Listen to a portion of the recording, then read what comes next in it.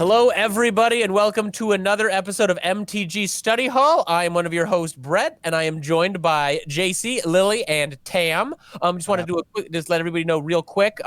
Dave is going to be stepping away from the show, so I just want to say, Dave, it was great having you on. Thank you for being on the show, and you will be missed for sure. So we've got a lot to talk about. A shocking amount to talk about. We got surprise bans out of nowhere.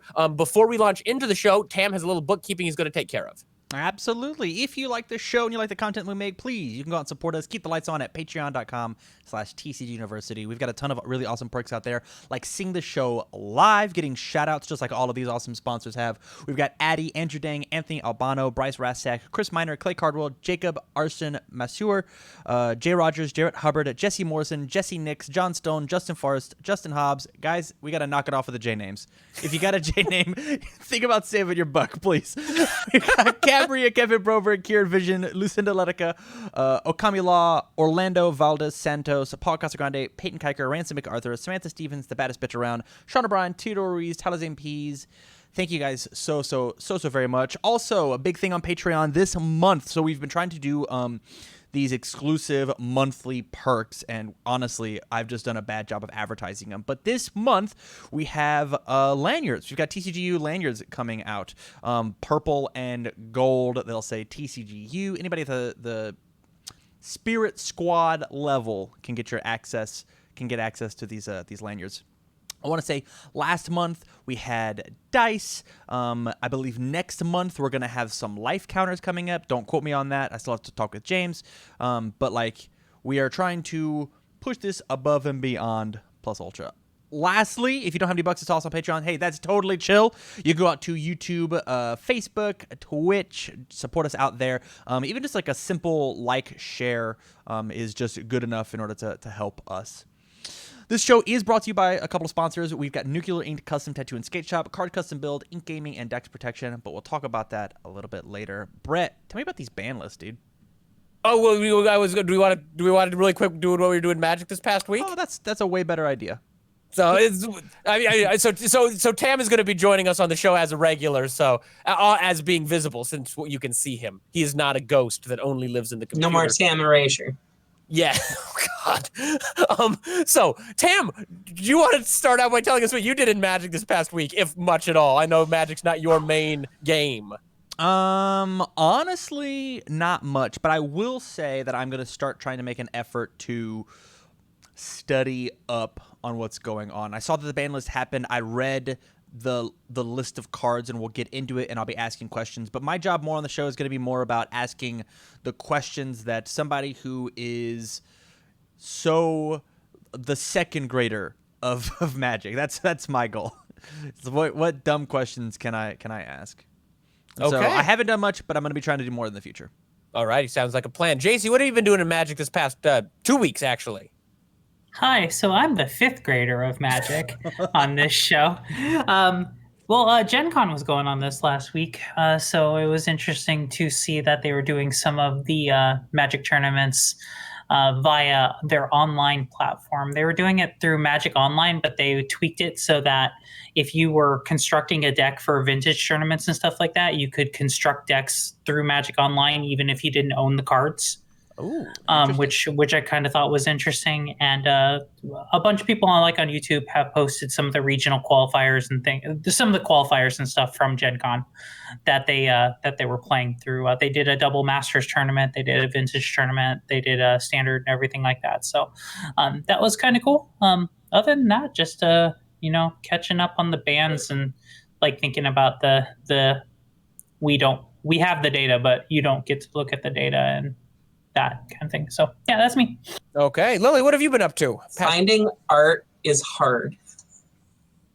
You've been for those of you who might not know, Lily has her custom set, which the first draft is done, and so is it Cockatrice? We haven't brought it to Cockatrice yet, but that's the program we're gonna do it to. Yeah. Okay, but so you're just adding the art into the card. Right, that goes on, and then I think you upload the images to Cockatrice, the whole image, so you don't need to worry about formatting or anything like that. No, I've got Lily's been messaging me some, and I didn't know I desperately wanted big city, like big modern city lands, but I absolutely super do. Oh yeah. I mean, we're not like selling them or anything, so Yeah, no, I mean, but you showing me those arts of like, here's what a full art mountain would do if we were trying to pick what part of a city is the most mountain. right. Or here's the post-apocalyptic swamp. And if we could have Johnny in an X-Men outfit, you can give me a like city street that's plains. Okay, Wizards, that's a secret lair. Happen. I'll buy more basic lands. You happy? Yeah, so like the basic lands were all like the 4 sets of basic lands were so it's like inspired off of a roleplay game. So like the general themes for each of the basic lands are not specific to the settings that they're in, but they are specific to like broad genre stuff. So we had like kind of dreamland, supernatural, like pseudo reality was one of the sets. The second set of basics, so one of each of the basics, was space. The third one was post-apocalyptic, and the fourth one was urban, which in a very loose way, like one of them is like Rome. The mountain is Rome, or like the swamp is like 1890s London. It's super good. Like I am so proud of like matching up the art and stuff. Like I don't know. They look great. They're like, there's things I want in my deck. So no, it's been cool to get to see those. So has that been mostly what you've been doing in Magic? I mean, yeah, and I'm realizing that the lands are going to be the easiest part. yeah, probably. Well, good luck. I'm excited to see more stuff. As for me, I played some Commander and Paper with my housemates. I didn't think my red-white Depala deck was going to become my favorite deck, but like it has, and nothing is better than winning with like Parhelion 2 or Dwarven Recruiter. So that deck, it's not very good and it doesn't win much, but when it normally I try to be a very good sport, and a lot of my decks have a lot of really strong cards in it. Anytime I win with dwarves and vehicles, I get to be as smug as I want. So the deck doesn't win much, but sometimes it does, and it is an absolute treat to play. Give me the elevator pitch on the deck. So it's all vehicles and dwarf tribal, and their vehicles aren't that good in Commander because you need creatures to turn them into vehicles. To crew them is the word you're looking for. Crew, you tap it and then the vehicle becomes a thing. So you need creatures and the vehicles to crew. And also red-white is probably the worst 2-color combination in Commander. So it's two bad tribes in the 2 worst colors. And so you have to try to make up for all of that. I'm also running 7 copies of 7 dwarves, which seemed like a meme, but is actually the nuts because I win a lot of games by just playing and reanimating 2/2s for 2 that then become 5/5s and 6/6s. And Start Your Engines is a card that my play group is now afraid of, which all vehicles become creatures and all creatures get +2/+0. So right. Oh my God. Start Your Engines, 7 dwarf. Like, it has been like a renaissance. Fun and exciting. Like I was like, oh, I'll put this deck together, whatever. It's like become my favorite deck. I'm gonna try to foil it out. Like, no, Depala Dwarf Vehicles is like my favorite Commander deck, and I've been having a absolute riot playing this deck. And it's not that good, so I never feel any guilt. That's my Borborygmos deck, sometimes I go like, oh, you're all dead. Yeah, and then I do this and everyone's dead. Sorry. But Depala, it's always like, okay, dwarves, guys. Let's see how many dwarves we can rip off the top. It's a blast. That's anyway, awesome. That's been me. Let's talk about bans. So that's me every Commander game, Brett, because I build all my decks like that. So now you know how I feel always. I mean, I did not think I would be in love with Depala dwarves, but here we are. But today, I have the wrong ban list pulled up. Yep, I have the wrong ban list pulled up. So this Monday, things were quite the shakeup. I was like, I was Monday all ready. the 3rd. Monday the 3rd. That's just gonna pull up. 8/3. So I was all ready. I had this up. There we go.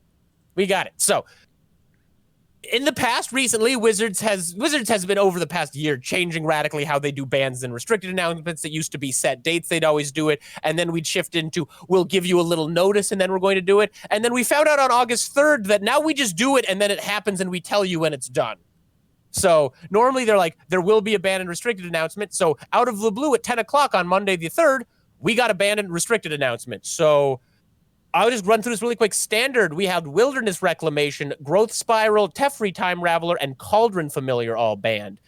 Pioneer, we had Inverter of Truth, Kethis, the Hidden Hand, Walking Ballista, and Underworld Breach. In Historic, we had Wilderness Reclamation and Teferi Time Raveler suspended, which means they're no longer playable in Historic, and then they'll decide to either put them back in or move them fully to the ban list. That's a online-only, arena-only format, so it's a little bit different.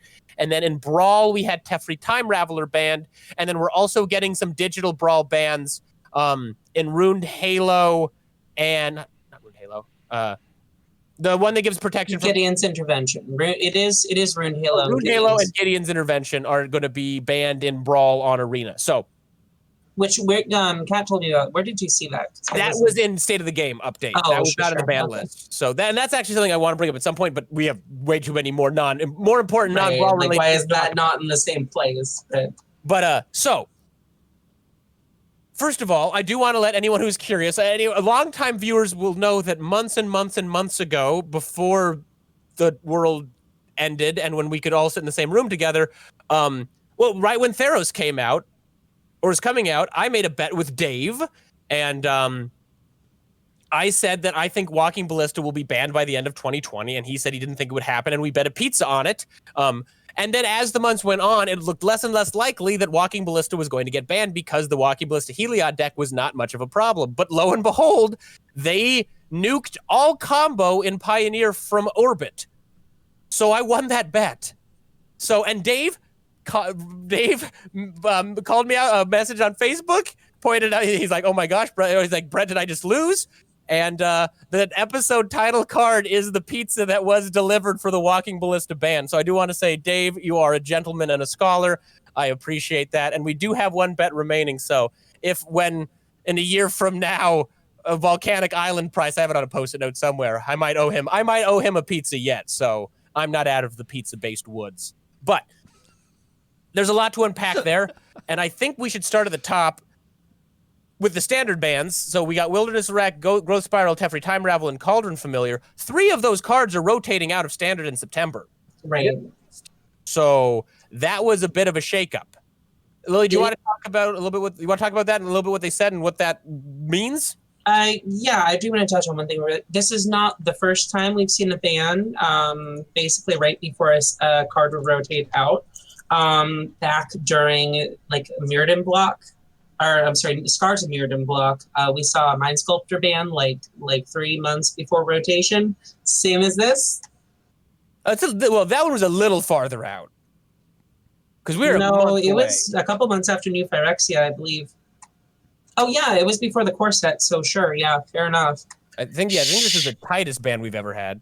Shake up that standard near the end of its current cycle so more people get involved and enjoy what's going on instead of dropping off before a new release. And that is straight up what Wizard said. We are making bans targeted at weakening decks that have been strong and popular at the highest levels of competitive play, and at some cards and combos that have overstayed their welcome in the eyes of much of the standard community. That is quite a departure from our standard ban modus operandi.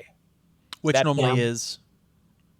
This card is a problem. It is reducing competitive diversity, and the deck consistently has about a 55% win rate against non-mirror matches are normally the criteria for a ban. It's a real difference in tone when you go from we are banning this because it decreases competitive diversity, we are seeing the same decks over and over again, to we are banning this because y'all don't like it. How do you feel about that? I think y'all can guess how I feel about it. Actually, I can't. How do you feel I'm not sure. That's why I asked. I think it's a super bad precedent to set. And I think, while players generally know when things are not fun, I don't think they know why they're not fun. And I think setting this precedent that you're listening directly to player feedback instead of, interpreting player feedback through other data, why even bring that up here? Well, I think they did couch it a little bit in data as well, but no, I think I kind of agree with you because them kind of spelling out that we were listening to the players and you all felt like these things had worn out their welcome kind of speaks to fan service, and fan service is generally the death of a lot of things. I mean, I think I can come up with a justification for Teferi without that fits their previous criteria for banning. I think I can think of a justification for. I think a lot of people think most of the Teferi cards should have been not. banned a long time ago. Well, like, but all these cards that were banned, like, there are justifications that wouldn't need to involve them. Like, why even say that? I don't know. I mean, so something interesting. So I will argue that Growth Spiral and Wilderness Wreck, at the Players Tour, so Growth Spiral made up 68% of the day one metagame, and Wilderness Wreck, competitive, make it 54% of the metagame at the Players Tour's finals, and about 15% of the Mythic metagame on Arena. So, like, I would say that those two cards are overrepresentative, and that deck is best. So, like, I don't know if they gave us the exact, like, those two felt like normal bans. And Yeah. I don't remember if I said anything about Growth Spiral, but back when we had our last ban and a ban before that, I think I've been calling for Wilderness Wreck when we banned Winota in Brawl, like 2 bans ago. So, yeah, 2 bans ago. Maybe it was just 1 ban ago. Time means meaningless. I was saying ban Wilderness Wreck, ban Teferi. I think I'm trying to remember the exact cards that I said I wanted, but those two were absolutely on the list. Right. And Teferi, I think we've heard the feedback that repetitive play patterns and reduced capacity for interaction that Teferi Time Raveler can feel oppressive and limiting. And I would argue that even if Teferi isn't showing up too much, even if Teferi is representing a normal metagame share of a Planeswalker card, the existence in the metagame completely negates the opportunity for entire archetypes. So, like, Teferi's not winning too much. The fact that anyone can have him means, like, oh, I can't run counter spells in this format, which then does weird things where, like, oh, this form of ramp deck where we just do our huge payoffs, even if that deck, if we're ramping to this giant thing, even if we aren't running Teferi ourselves, I can't run the main deck counter spells to answer your dumb ramp targets, because if somebody's running Teferi, my main deck counter spells are garbage. So, like, Right. I mean, and to my understanding, you didn't just always have Teferi in a deck that was centered around Teferi. You just threw Teferi in any chance you could because it dismantled so many damn things. when I was building that, when I was playing with the dumb Winota Agent of Treachery garbage, there was a point where I'm like, can I just stick a Teferi in this deck because it beats certain archetypes completely? And I did. And it was good. So it is worth noting here that what was the most recent big tournament that we had? Players Tour. Okay, so oh gosh, there was so okay. I have yeah, sorry, I'm so sorry. There's just this, they put this in the article, and I think it's relevant to kind of what you're about to say, and also relevant to them talking about listing the players. So it's just one paragraph. I'll just read it real quick here. This set of changes is a deviation from our usual ban list philosophy for Standard, and as such, we consider it an experiment. Outside of the very top levels of competitive play, including throughout most of MTG Arena traditional Standard ladder, we're seeing a good distribution of deck diversity and win rates. However, at the skill level of our most competitive tournaments and at the Mythic ranking in the Arena ladder, we do see a small number of decks with high win rates and play rates that have remained in the metagame for quite some time. So kind of I touched on the Teferi and the diversity, the card diversity. So Autumn Burchett, the pro player, was doing an informal tournament that used all of the non-Chalkland, non-Temple cards that appeared in the Pro Tour Finals top 8 as a ban list. Okay. And there were fewer different blue cards in that list than any other color, which is not to say that blue was necessary, but mono blue cards. There were fewer mono blue cards in that list than any other color.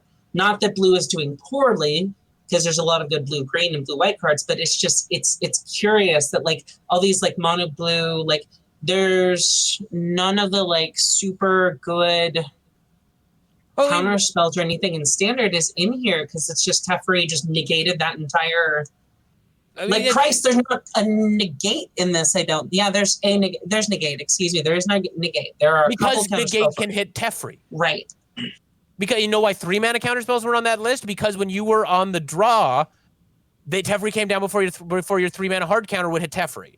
No, yeah, I mean, that's true. somebody on Arena pointed out this great things. It's like, oh my gosh, we can play instant speed magic instants again. And somebody's like, wait, are those the sorceries that my opponent plays on my turn? Because of Teferi's Plus. Like, no, I mean, I don't think there's any format. Like, I mean, it's bad. It was bad. And like, I was really excited that they banned Teferi, and I wish they'd banned him sooner. And I hope they ban him in Modern, and I hope they ban him in Pioneer. Even if he's not a huge problem, the point of Magic is we're supposed to have interaction. We're supposed to have back and forth. And Teferi doesn't let us do that. Teferi's card advantage. He's just like, and you know, you guys know me. I'm Mr. Planeswalker. I'm the guy saying they're great for the game. I hope they keep printing them. I love War of the Spark. I love these static abilities we're trying. Ugh, Teferi was too far. Teferi was too far. And it was bad. It was bad for the game. Oh man, I will miss blanking his -3 to stop the card draw. Yeah, but it's also hard to do that because you can't cast instants. That's true. But the oven. Well, speaking of oven, okay, so so we mentioned 3 of those cards, the ones we've been discussing. We're going to rotate in a couple months. Cauldron Familiar is a card from Theros, and so that is actually going to be around would have been around with the rest of the Theros cards till September 2021. And so this is a long ban. This is banning this card for over a year. So really very quickly on this, another archetype that has maintained a high win rate over a long period of time is Black-Red or Jund Sacrifice, featuring Cauldron Familiar and Witch's Oven. Very quickly, Cauldron Familiar is the 1/1 cat for 1 that you can, when it enters the battlefield, it drains your opponent for 1, so they lose, you gain, and then you can sacrifice a food token to return it from your graveyard to play. And Witch's Oven, a 1-mana artifact that taps, sacrifice a creature, get a food. So obviously, once a turn, you could chain your food. You at least do 1 drain and do a food. And so, however, because it's all instant speed, it made things very hard to deal with because you could block with the cat, sacrifice the cat, get the food, bring the cat back, drain. And a reality of this is, so first off, it was just a good deck, and it put a pressure on aggressive and mid-range creature decks. Further, the number of triggers generated by these decks can be cumbersome for both players in digital play. To weaken these sacrifice strategies, open up more metagame diversity, and create a more fun gameplay environment, Cauldron Familiar is banned. This was the choir, like the chorus of angelic trumpets going. I was so happy because I think that those 2 cards in combination on Arena have probably knocked 3 to 4 years off my life just from the sets. Sitting there watching my opponent dirtle through those triggers poorly and slowly was the worst experience I've had on Arena, I think, full stop. It sounds like a problem with Arena, though, and not a problem with I agree with that. But, I mean, if that's the prime, and particularly, like, we're in a pandemic, so this is the way people play standard Magic right now. And in person, I'm sure it was fine to shortcut. Go, do this 4 times. Boom, we're done. We marked down our life totals, we move the hell on. I'm sure we've talked about this on countless shows. Right. This. It's like Bria in paper versus Bria in MTGO. Like Arena is becoming one of the primary ways to play standard, and like most in town standard tournaments aren't firing, so it's the way you play standard. And so I know some people I've read online have expressed reticence about Wizards making these kind of changes. And so another example was Ajani's Pridemate. They eroded that card, so when you gained life, you put the counter on it. And I think we've talked about it in the past, but very quickly, it was a May effect, and then there were some they initially did it as a May effect because if you missed it. Back in how the old tournament rules worked, you'd get in trouble for not maintaining game state, and you could get a game warning. So they're like, we'll make it a May, even though you'd always want to do it. But then they're like, so you wouldn't get the penalty for just missing a thing that was good for you. But then they're like, oh, this is a very popular card on Arena, and every time you gain life, you've got to click. And so if you gain 1 life 6 times, you have to click 6, and then your opponent has to pass it back. So they just made it happen. I like that. I think it's good. I'm glad that they are designing standard cards around Arena because that's how people are playing with them. That's how I'm going to be playing standard for the foreseeable, years. And I think they need to think about how fun the experience is on standard. I'm not saying they need to do this with every card. There's still dozens of formats that, when you make Modern Horizons card or Commander deck cards, not everything needs to be optimized to run on Arena, but I think your standard cards should. And if they don't, they should not be the commons or uncommons or the core to a deck. You need to say if people are going to be cat ovening, how can we make this less miserable? Or do we maybe not print this combo here? Or do we say, can we tweak a Johnny's Pride Mate? Can we do an actual gameplay errata that has a minor change that'll make everybody's digital life better? And I say yes, because that's where people are playing these cards. I got a question. Shoot. Why not ban the oven instead of the cat? I think Oven enables the sacrifice deck to still exist a little bit more. I think Oven's a really strong card. Oven's a really strong card, and the cat was so basically the cat was only going to be played in conjunction with the Oven. We aren't going to get more food producers this standard, so it's not like the cat would have been done with other things. And leaving the Oven out as a free sack outlet when there's all this other sacrifice stuff going around is still a cool card that lets you do interesting things. So I think it's the least damaging of the bans. I'm thrilled with this ban announcement. I don't think there was a single thing I had a gripe with. So basically just dismantle the problematic interaction in the way that does the least amount of damage to the least amount of decks. Correct. Yeah. How would Is there anything missing on the standard list? On the standard ban list? What got missed? I think that's all 4 for standard. No, what I'm saying No, is... he's asking Oh, is there oh. anything that didn't get banned that should. Oh, I sure hope not. That would put us at the largest ban list for a standard that Magic's ever had. Uro is going to be a problem. Yeah, and I was going to say, Hero. I do, if somebody wants to bet me a pizza that Uro is going to be legal a year from today, I'll make that bet because I don't think he's gonna. No. It was one of my friends when we were kind of messaging with a ban list, and he mentioned he's like Uro's like a prime time that helps pay for himself. Yeah, that's true. So you remember Primeval Titan, that card that's banned in Commander, and there was a dominating force in Standard? Uro's like that, but better. No, Uro is just on that list of bullshit Simic cards, and they banned Growth Spiral and Wilderness Wreck, but like we have to remember Uro's like Growth Spiral, but he costs 1 more, but then is also a 6/6. And gains you life. Yeah, and gains you A yeah. non-insignificant amount of life. So no, I'd say if I was them, I would have just axed Uro right now because I bet you we're going to need to ban him later on because he's gonna see play. He's gonna see consistent play throughout the rest of his legality and standard. I bet I know why they didn't. Because he's a It money is- mythic from a set that's Yeah, but also like the optics of being like, yeah, this is the most cards that have ever been banned in standard at once. yeah. That's not Well, good. I also think there's a problem with banning something because it could become a problem rather than that. No, Uro's already a problem. It is a problem. I'd say Uro's a problem. Already, I think he's gonna You should hurt. just ban the animation. I love that's my one. That's the one thing I don't have a problem list. The coming with the weird mouth. I'm all about that. All about that weird mouth. Okay.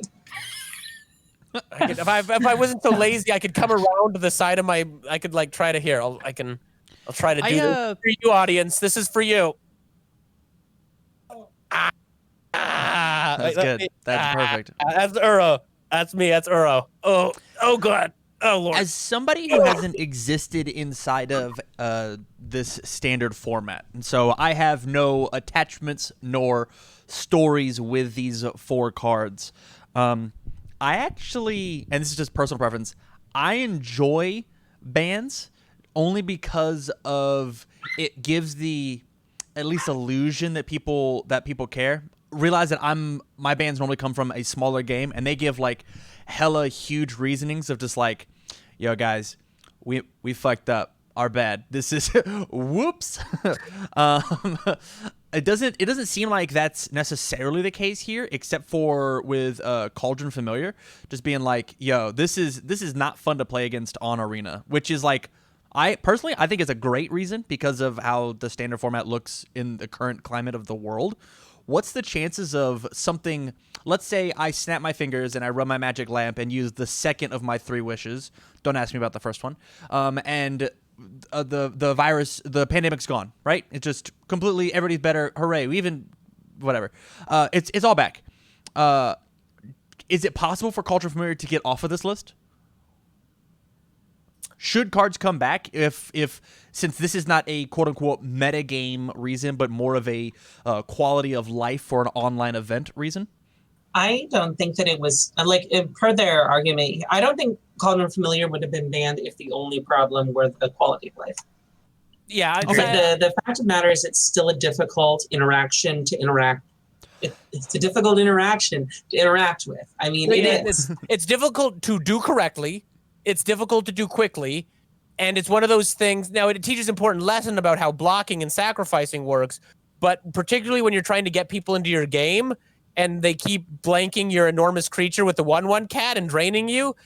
And it's the sacrifice deck, particularly when Lurrus was before the companion tweak. It was miserable because you'd think like, okay, I've got this. And then you're like, how did I get down to 4 life? At what point did my life total become 4? Because I don't remember it happening. It was this just death of 1,000 cut. Well, death of 20 cuts. Well, it was a good kitty. Well, so like the other thing too is it isn't just like on board, like feel bad. Like you try to exile it from the graveyard. No, I'll just sack the thing in response and get it back. Like, yeah, and I think that it made mid range and aggro decks harder to deal with. The life gain was a pain. No, I think there are a lot. I think it's a confluence of things. And even if we went pandemicless right now, if we were pandemicless, most of Standard still happens in Arena. Standard is becoming Arena's the way you play Standard. Like Paper Magic is expensive, and I mean I can't speak for the country, but I don't think Omaha's firing a lot of Standard tournaments. And even when the pandemic's over, I have Pioneer decks. I might even go do weekly Pioneer tournaments, but like weekly Standard doesn't sound great. I'm going to be honest. I have no interest in that. I had stopped playing Standard, and the only reason I'm playing Standard is because I can play it on Arena. So like even without a pandemic, I don't want to play Standard in paper. I want to play other formats in paper, but Standard's a pain in the ass to play in paper. Speaking of Pioneer, hit me with these 4 cards. Why are they banned? Oh, because they fixed the format. Because they listened to our show and Brett wanted a pizza. Oh God, I wanted that pizza so bad. So the best part of it is I want to read this. I do not want this to look like Brett was right. I made a bad bet and lucked out, which is the story of my life. yeah. So these bans are primarily aimed at disrupting Inverter of Truth decks, Underworld Breach decks, the Heliod Sun Crown plus Walking Ballista combo, and the Kethis Hidden Hand combo decks. While Kethis combo decks are relatively new, they're getting good, but okay, let me see here. Although we continue to see many different decks have success in Pioneer and no deck with problematic win rates against the field, we do see that combo decks as a group make up a large portion of the competitive metagame. We've heard feedback that the frequency at which one finds themselves facing an opposing combo deck restricts deck building options and can make play experiences unenjoyable. While win rate data may not point to change being needed, a different, more important set of data does: player participation. And so that's really interesting. None of these decks were too good. I was saying Walking Ballista plus Heliod is too strong. That's not the case. Really, I don't think. I think the case is 25 to 40% of tournaments were combo, and while none of the combos were too good and they could be interacted with, players weren't showing up to tournaments online. People weren't signing up. And now, I'm not saying it didn't warp the metagame, because I'm sure certain mid-range didn't get to function because mid-range is bad against combo. And certain archetypes were pushed, so I'm sure a lot of the aggro decks and the mono black decks that had the good hand disruption we were seeing diversity in those decks, but we were still being forced into that because of the combo percentage of the game, of the full metagame. But I wasn't right on the power level. I was right on the feels. So people didn't want to play that, and that's the other thing. I think the Walking Ballista Heliod is one of the Inverter and the Breach combos were better. But they removed combo from the format, accepted some like tier 1.5 decks. You could still probably do Jeskai Ascendancy. So there's a few combo decks out there. They're not totally dead, but they said this is turned into a combo format. Nope, banned. Every good combo or okay combo banned. Just 25% representation, make it a combo format. I mean, I was seeing 25 to 40. Like it was significant. Just like, if 40% of the deck of the metagame was mid-range, would they ban key ramp and tempo cards? They might. I mean, it's hard to know because they were so willing to ban early on when they were doing the weekly bans. But I think it is a fair assessment, and I'm kind of an anti-combo player. I'll admit it. I think it's got its place, but I think it's a small place. I think it's fair to say I don't want to go to this tournament and every time I tap out on turn 4 or turn 5, be afraid I'm just about to lose the game. Okay, but isn't like okay, but that's more like wasn't that's was it really turn 4, turn 5? I think so. Damn. I wasn't playing a lot, and I sometimes I'm just going off on what people are saying on Reddit, but like, or even if it's turn 5 or turn 6, it's just like, I mean, what's wrong with losing the game because you didn't give yourself opportunities to interact with your opponent at key moments? But the problem is like the Inverter deck didn't have that much interaction. I play Inverter of Truth, exile my library. Okay, if Thassa Oracles comes into play, I lose the game. I can't interact with that. There's not back and forth. I can't block correctly. I can't think of the creature curve. I can run cards that straight up counter your cards, take them out of your deck, take them out of your hand, or kill you before you combo off on me. I mean, okay, so how does that apply to the Heliod stuff? That's super interactable. I mean, an indestructible 3-mana enchantment and then a really good artifact that if it came down you could and you had enough mana up, you could respond to the interaction and then kill them anyway. Like 2 turns later. If you have the mana, you can, if you've got Heliod down and you have the mana to get the multiple counters on him, and then if you can get 3 counters on him, you can respond to the first one and just go. I mean, it's like, well, I mean, no that's one wanted a ton of mana. I mean, the reality of it is the argument that Wizards had to cede to is you can say it's fine or you can ask what's wrong with that. No one wanted to play in it. Tournaments weren't firing. And so you can say, oh, no, it's fine, or oh, no, people can answer that. But if the answer is that sounds shitty, I won't play, then you're not succeeding as a game. Yeah, I mean, whatever. If that's what they want the format to be and that's what they want to play in the format, whatever, that's fine.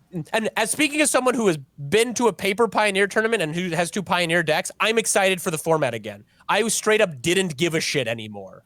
I mean, maybe I wasn't going to play. I mean, maybe it's important that every format doesn't have the same kind of gameplay experience. Like that there's more differences than just the scale and speed of things. And they straight up said here is we want to ensure that Pioneer can deliver an enjoyable play experience to players who are looking for an accessible, non-rotating format that's closer to standard and power level and offers a variety of archetypes and decks to choose from. Yeah. So that's the thing. Is like, I don't like combo. I don't want to go play Legacy or Vintage or hell, even Modern. I was the person when they banned Splinter Twin in Modern who said good. Like, I don't like combo, and I don't want to play that against it much. Yeah. So, I mean, because like realistically, sorry, Tam. no. You're good. No. I was queuing you up. Oh, yeah. I was just saying that like the data you get from tournaments and paper, events is different than the data you get from a digital client. They've combined. They have a lot of data that they can leverage now between the like, are you having fun, and also just like seeing player data and like rates of actual play. And like realistically, that I mean, like reading through what they're saying about this, it seems like they're saying people just weren't fucking playing Pioneer, and they're mad about it. The MTGO tournaments weren't, because I was watching from the sidelines. I'd see someone on Reddit would do the weekly update, and then one week I went into it and it said none of the tournaments fired. I don't have data. Oh no, we didn't get 50 people for this tournament. Oh my god. So it's like the person who just showed up, the only person that showed up to the Brawl tournament. Yeah, I mean, yeah. And so and so I mean, you could, and I think that's the answer. And I'm glad they listened to it. And that if the audience is saying we don't want this, but they're like, but no, the deck doesn't win too much. But it's like, but if I sit down for a tournament, the odds are I'm going to run into at least half of these combo decks. No, I'm so what if it doesn't win so much? The fact of the matter is I'm going to run into it enough, and when I do run into it, it sucks. I mean, stepping back to the cat oven, one of the only best, I was playing best of 3 for some reason, and the only, in Magic Arena, there is actually a 50-minute chess clock, or a 30-minute chess clock, like online. It just doesn't come up except in best of 3. My opponent timed out on cat, so I won. That was not a fun 50 minutes. That was not a happy 50 minutes for Brett. That's what they get. So a swear-filled, blood pressure raising hellscape of a 50 minutes or 40 I mean, minutes. as much as I gripe about this kind of engineering of formats to have a particular kind of representation, I'm still probably not going to play any paper formats except Commander. So No, like, but the exciting thing is, like, so Pioneer is going to come to Arena, and now I'm excited again. Pioneer is the format I'm going hoorah about. Like, I love Historic. I'm excited for Pioneer. I love Arena. I have all the red cards for the Pioneer decks that I like, and I got that Big Pimp and Hazoret invocation, so hell yes. But I'm excited for Pioneer. I'm excited for when I can actually go back and play cards in paper again. I'm excited for it to come to Arena. The format has been made good. I want to make sure we cover the other stuff really quick. what's our What's up? time? We're gonna want to go to commercial break soon, but I want to make sure we've got band stuff totally covered. So, Historic, Wilderness Wreck, and Teferi Time Raveler are suspended. Basically same as Standard. Wilderness Wreck was showing up as a very similar build to the Standard build in Historic, except it also got Field of the Dead. So that was just, that archetype was becoming quite dominant, and they also basically, it looks like, and these are suspended, so this could be undone, but my guess is they're looking to have more control options in Historic, and so Teferi will always, if Teferi is legal in a format, it will be a strong deterrent for any instant speed interaction and control-based decks to suffer. That card just hurts that archetype so strongly, you have to think about, why am I even doing this? So I'm happy to see it's just removed from Historic. I hope it gets banned from every other format except Commander, because Commander is fine. Brawl, Teferi Time Raveler got banned because he was winning too much, because he's too good and he blanks too many cards. There are cards missing from this list, in my opinion. Niv is rotating, and Kinnan can be answered, although I do think the card is too pushed. But So Kinnan can be answered in like that whole I don't want to tap out turn 4 because I will lose. Kinnan can be answered is as true as that. Like, I mean, if you you gotta be there every step of the way to stand a chance. so yeah, Kinnan can be answered if you're running a deck that is basically every removal spell in your thing, and you never let Kinnan ever get a mana dork. Like Lord, I did very well with my Kinnan deck because I shifted a little bit to have more counter spells and removal, which is better now. But shifted a little bit because people were expecting to answer every single thing, and for me to just like go and go and go, and then they were the ones trying to answer me, and then I'm just like, nope. I mean, I'm gonna go a little bit and just like it's crazy. Kinnan's a problem.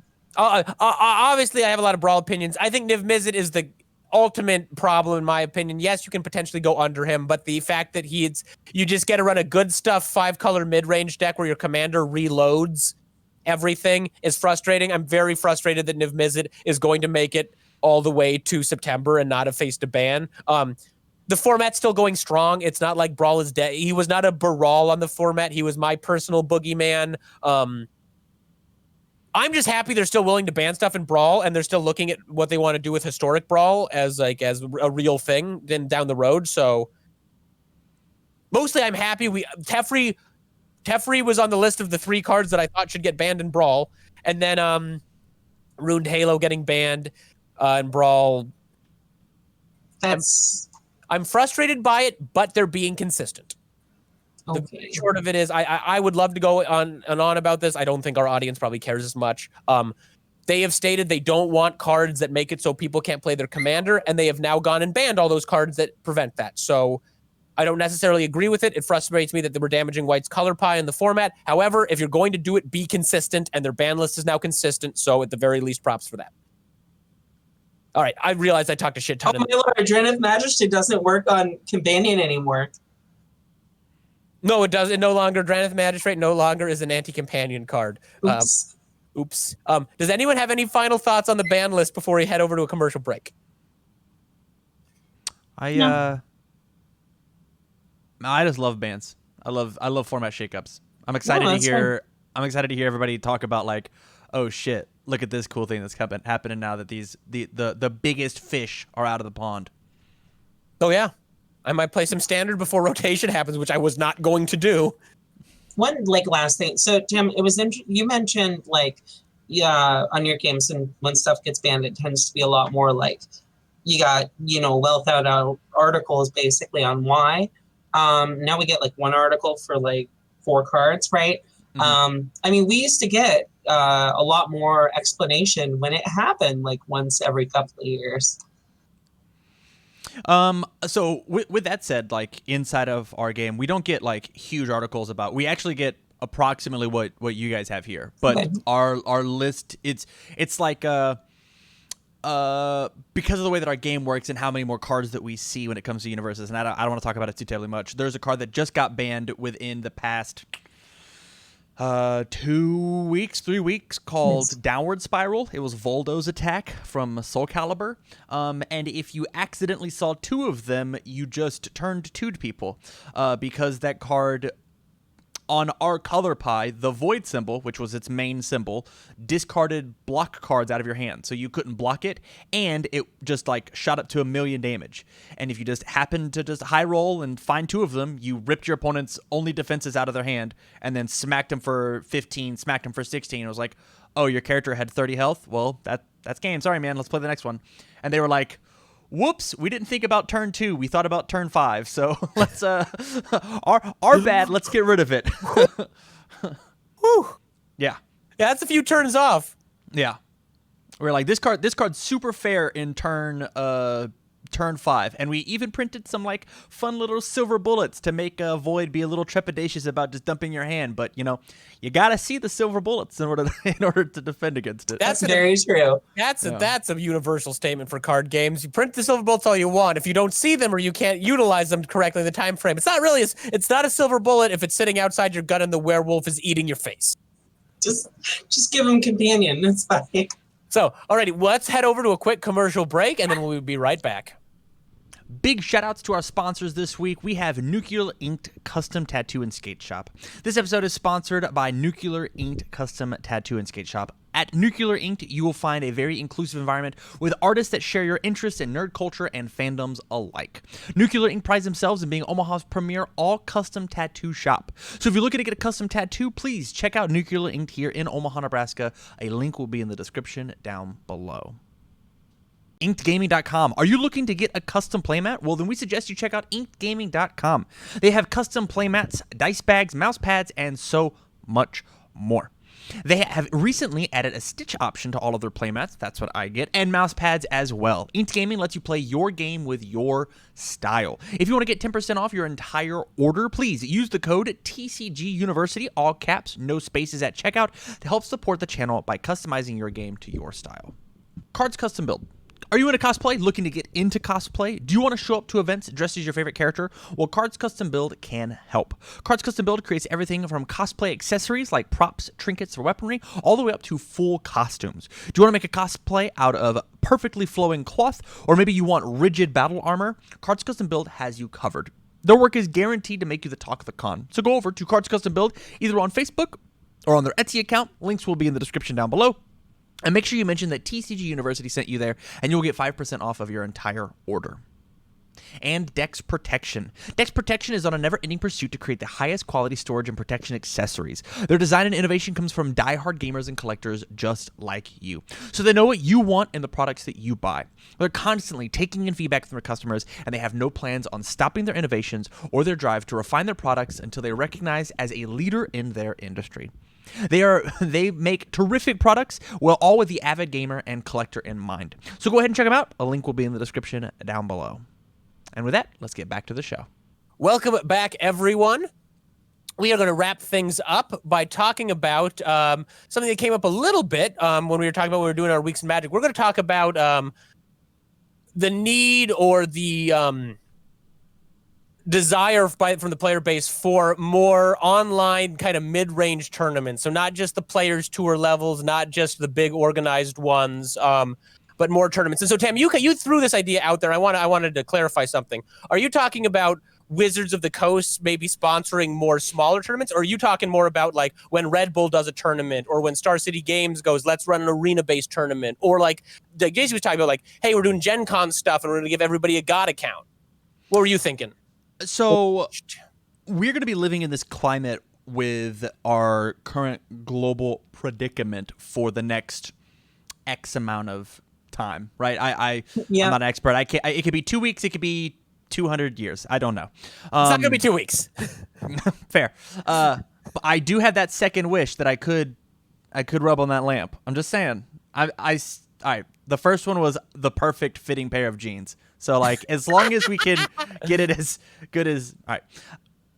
What I am propositioning is that there is a place for online tournaments to exist. Magic has a beautiful arena, literally, of an online client that could hold some sort of regional level event. And you could be popping off, like, looking at, I've seen some streamers for video games. There's a professional Smash streamer named Hungrybox, where every day he enters into a 500-person event, right? Why don't we have 500-person Magic events firing literally every day? Why is that not a thing that's happening? No, that's interesting. And there were a couple of anecdotes that popped to my mind. One was, so Wizards has been experimenting with their own stuff. So they've been doing these open, I think they're the opens. The last two have been historic. So I think we talked about it. So it's the one where you play, you buy into the tournament day one. You can buy in as many times as you want. It's 3 losses, you're out, 7 wins, you make it to day 2. And then day 2, if you start playing best of 3, and if you get to a certain record, you get $2,000. So like, okay. We just started doing those. And so we've had our third one of those now, which the first one was the Godzilla Land one, and now they're just doing them. So you can buy in with money, and you might have a chance to make $2,000 cash. Another one is, I think it was a Star City tournament. It was kind of funny because of how they did the ban. They just, on the third, they just banned those cards in Arena. And I think it was Star City Games that was doing a tournament. And between rounds, somebody's deck got banned out from under them. And now they were able to finish the tournament using free play, and somebody pointed out this is why Arena does not yet have a good button like organize a tournament, which they need. So you could have a third-party site or program and then say, okay, I could send you each an instant message and say, you direct challenge this person, record your game, send me the results. But Wizards should probably be dedicating the thing so any old store can say, we're doing a 500-person Swiss tournament. Well, maybe not 500, but yeah, we're going to do a 100-person Swiss tournament in Standard every single Friday for the next 4 months. $20 entry fee to our store or whatever. And I think we talked about this a little bit, how Wizards could partner with this. But no, I think Wizards needs to give us a tool, because I'd like to see these sort of tournaments. And honestly, until JC brought it up, I didn't know about the Gen Con God accounts. That is something that would be interesting for a tournament organizer or tournament participants to pay for, and then get to go. And JC, you were posting some stuff. Do you want to tell everyone a little bit more details about that? Because I didn't know, and that is fascinating. Yeah. So quoting from Wizards when they were advertising for this. In addition, we're testing a new feature with Gen Con Online that will let players build decks for the Vintage and Legacy tournaments without having the cards in their collection! Check out the article later to see all the details on this, and from another website as well. Let's see. As well as a brand new feature that will allow attendees to build Vintage and Legacy legal decks from the entire pool of existing cards without owning them. Wow. So essentially, the mindset behind it is you pay to get a badge fee for Gen Con. Normally, the badges were free because it was all online. Right. But you do pay to enter the tournaments. So the combination of buying a badge and then buying to enter the tournament, to play a game that you really want to play. And I really think that the thought was, maybe you are the type of person that doesn't have the financial capital to invest in a Vintage or Legacy deck and what that requires because it's expensive. Right. But maybe you are good enough at Magic to actually play in a Vintage or Legacy deck if you had access to those cards. Maybe you've practiced with proxies. Maybe you've played online a little bit. Maybe you know what you're doing. So like, we're going to let you prove that in this huge gathering of gamers at a large convention. You get you get the chance. And I have a question for Tam and JC. And Tam, I know you play some you've played some Magic, and JC, I know you don't do the tournament scene as much. Would something like that be and maybe not at like a super high dollar tournament, but if there was like a lower stakes or more casual kind of event, is that something that would tempt you into saying, maybe I will try a modern deck or see if I can put dinosaurs together and Pioneer or something like? Is that something that would like appeal to you guys as people who don't do as much online or tournament play? Absolutely, because I actually I do go to Gen Con regularly. I do pass by a lot of the Magic events and go that like I can play Magic. I kind of know what I'm doing. I just don't own a lot of cards. I don't bring a lot of my decks here or anything like that.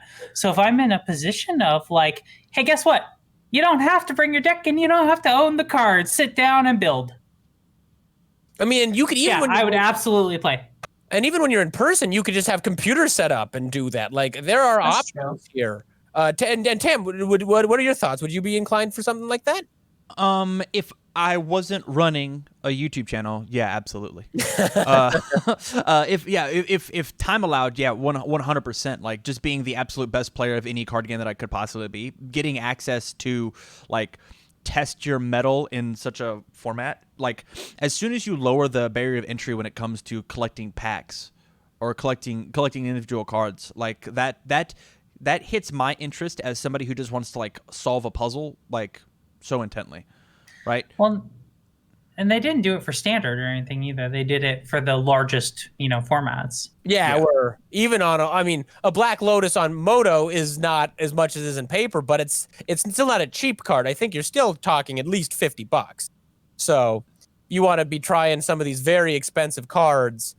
Hell, if I would have known about that, that would have been something that's like, maybe I could try out Vintage. Like it's going to be a hard sell to get me to try Vintage, but here, put together whatever you want. Well, the other thing is like a lot of these formats with a high cost barrier to entry also have a high like skill barrier to entry too. So like I don't think it like shakes anything up. No, yeah, and if you're afraid, it's like, oh no, we're letting the rabble play. It's like, first of like if anyone who's like, you don't have the cards, it's like we aren't saying no tournaments ever need cards, but right. I think that would be a unique tool to offer TOs in Moto and Arena. Because sometimes go ahead, please. I think it would revitalize Legacy in a big way. It might. It very well might. And I mean, the best format. Watching Star City's coverage of Legacy is still some of my favorite Magic memories. Just watching good commentators cover such a dynamic format was awesome. Like that used to be. That's when I finally understood how sports people would sit around and watch football all day. As somebody watched with you, yes. Yes. Like, why would you watch football all day until I'm like, okay, we're going into the top 8. I've been watching this guy all day. We can do this, Goblins. Like, I'm like, oh, this is why people like sports. Well, if I may pimp Gen Con for just a second, the reason a lot of people go to Gen Con, the reason I go to Gen Con is that I get to try out games I have literally never been able to try out. Because either I don't own the game, I don't know enough people to play the game, like Werewolf's a good example of that. I just don't know enough people who are going to sit around and play fucking Werewolf with me. Like, or they're debuting new games that I get to see for the first time, or like, so it fits perfectly within the spirit of going to a convention like this. I've never played Vintage or Legacy because I've never had access to the cards that I would need to play Vintage or Legacy. I'm getting a chance, even if I have no shot in hell, because I am not good at this format. I am getting a chance to play it. No, and Wizards will sometimes on Arena will do, hey, for 7 games, you can play every card that's going to be in Standard. I'm sure they'll do it with Zendikar. They'll give you like a limited time event where you can try everything out so you want to buy. If that was something you could pay for as a tournament organizer for a limited period of time, like I know Wizards needs to maintain they're a company, Arena needs to exist in a certain way to make money, blah, blah, blah. But if there was a way that was still lucrative and limited where someone could say, this is a historic tournament, if you pay the entry, we're going to pay Wizards $500, and then we get to use their tournament software built into Arena.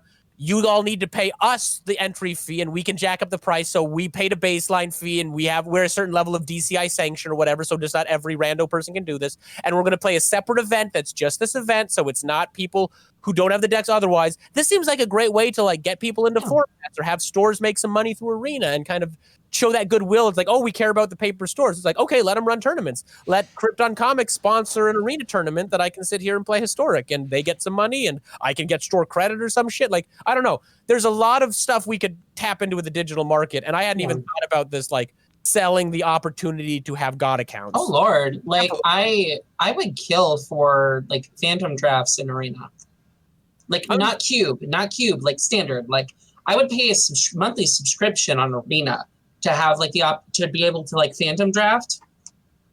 No, and I hope as Arena goes on, like double mastered phantom drafts. Like, you know how happy I would be if they put mystery boosters and double masters as phantom. And like, even if you aren't going to release the cube cards aren't in historic, but like, and I know that's a bunch of extra programming, but if you programmed all those double mastered cards in, like, I don't know, Wizards should be dedicating so many resources to Arena right now because it's making them so much money. And like, I hate Moto. I'm really sad.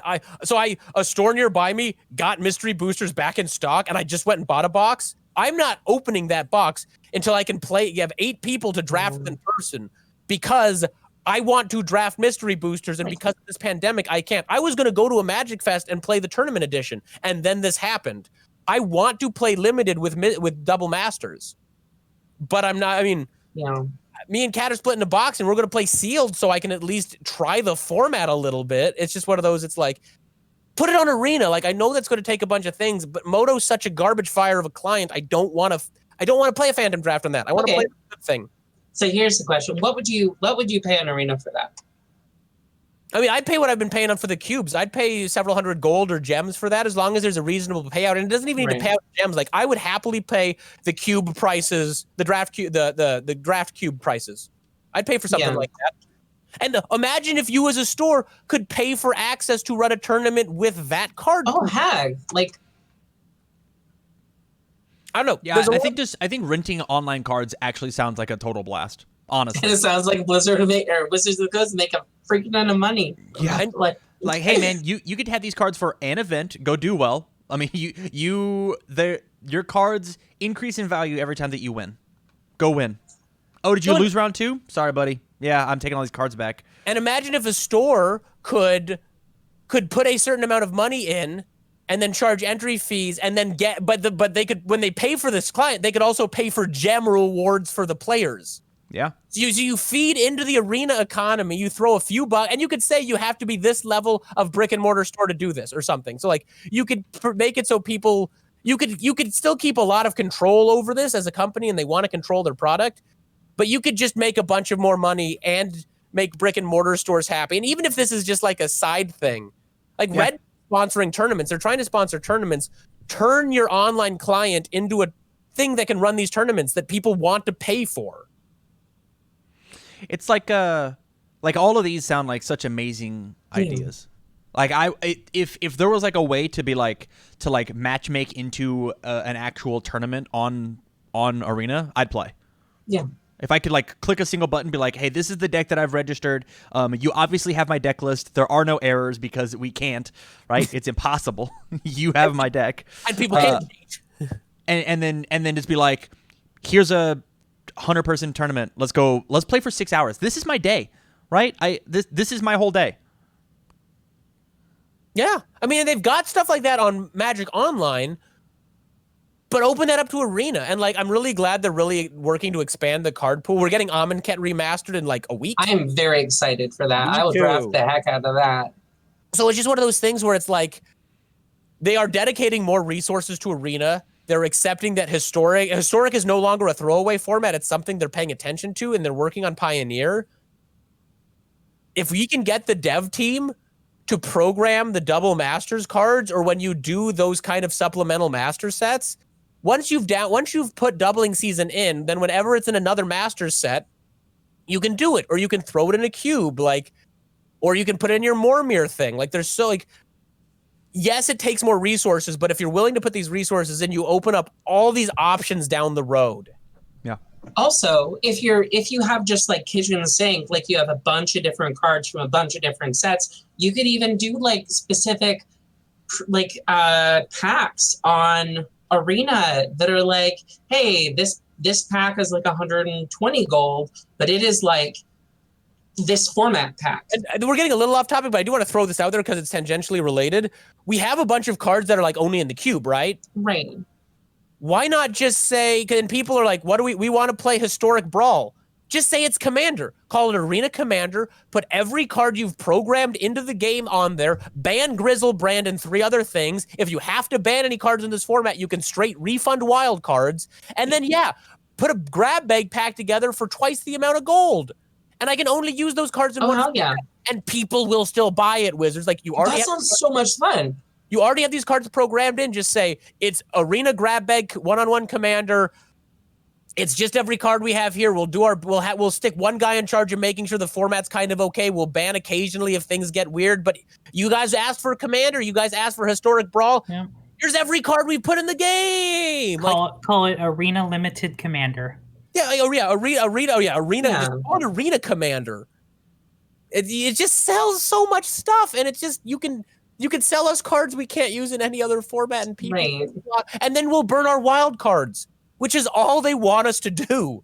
Really, that's a problem. No, they want us to use our wild cards.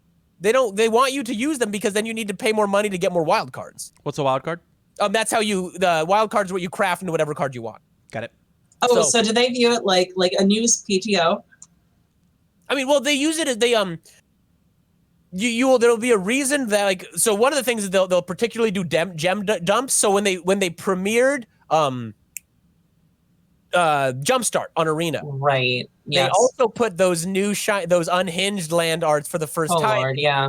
for gems and gold, because they want you to buy other things that aren't the new thing that just came out. So then you go, oh shit, I want to play Jumpstart, better pull my credit card out.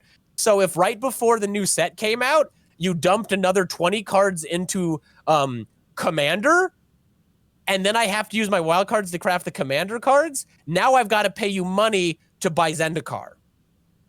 Take my money, Wizards. Take it. Right. So that's why they do things like they'll bring out reasons. So right now they're bringing out reasons to sink our gems and gold into before a set. Bring out reasons to sink our wild cards into, and give us all a format that people are clamoring for. People love Commander. Fuck it.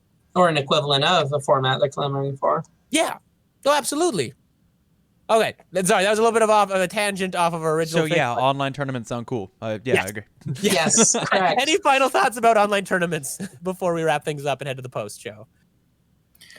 It's kind of like we were saying. I think the concept of because I think I also had this thought too, that if you start playing around with you have access to this many cards for this this tournament or something like that, you can also start instituting challenge modes and stuff like that, where we take away some of that pool, or we customize some of that pool, and you get to play this challenge, and then you get an award for winning a tournament with this challenge. That's a great. Or yeah, if you give those tools into somebody, there's no reason that they couldn't make their own ban list. Run your own tournaments. People stick a standard. Well, Yeah. the Star Cities Games can run or like Autumn Burchett did. You Right. could run a tournament, none of these cards, and you could officially enforce it with your built-in arena tournament system. Yeah. Yep. It's like a Monopoly house rules, right? But if there was an online client to help with those house rules to make sure that everybody's playing the house rules correctly. Yeah. Yeah. Although Monopoly house rules, I have a lot of opinions on, but we're going to cover that in the post. Oh yeah, the game doesn't work right. But post show, make them pay for it. Okay, so we're gonna wrap up for the week. I want to just quickly say, Tam, it's been great having you on the show. I'm looking forward to having this. It's been a fun dynamic added in. So this has been a good time. I've really enjoyed this. I hope you all have enjoyed it as well. We're gonna keep talking about Monopoly, and I promise not just Monopoly in the post show. If you want to check that out, it's $1 on Patreon, and you can catch us live or the full video where we talk through the commercial breaks about having to take my dog outside. It's a lot of fun. There's more exciting things than just the dog outside part. Thank you all for tuning in. We will catch you all next week. Have a good one, and remember who you are.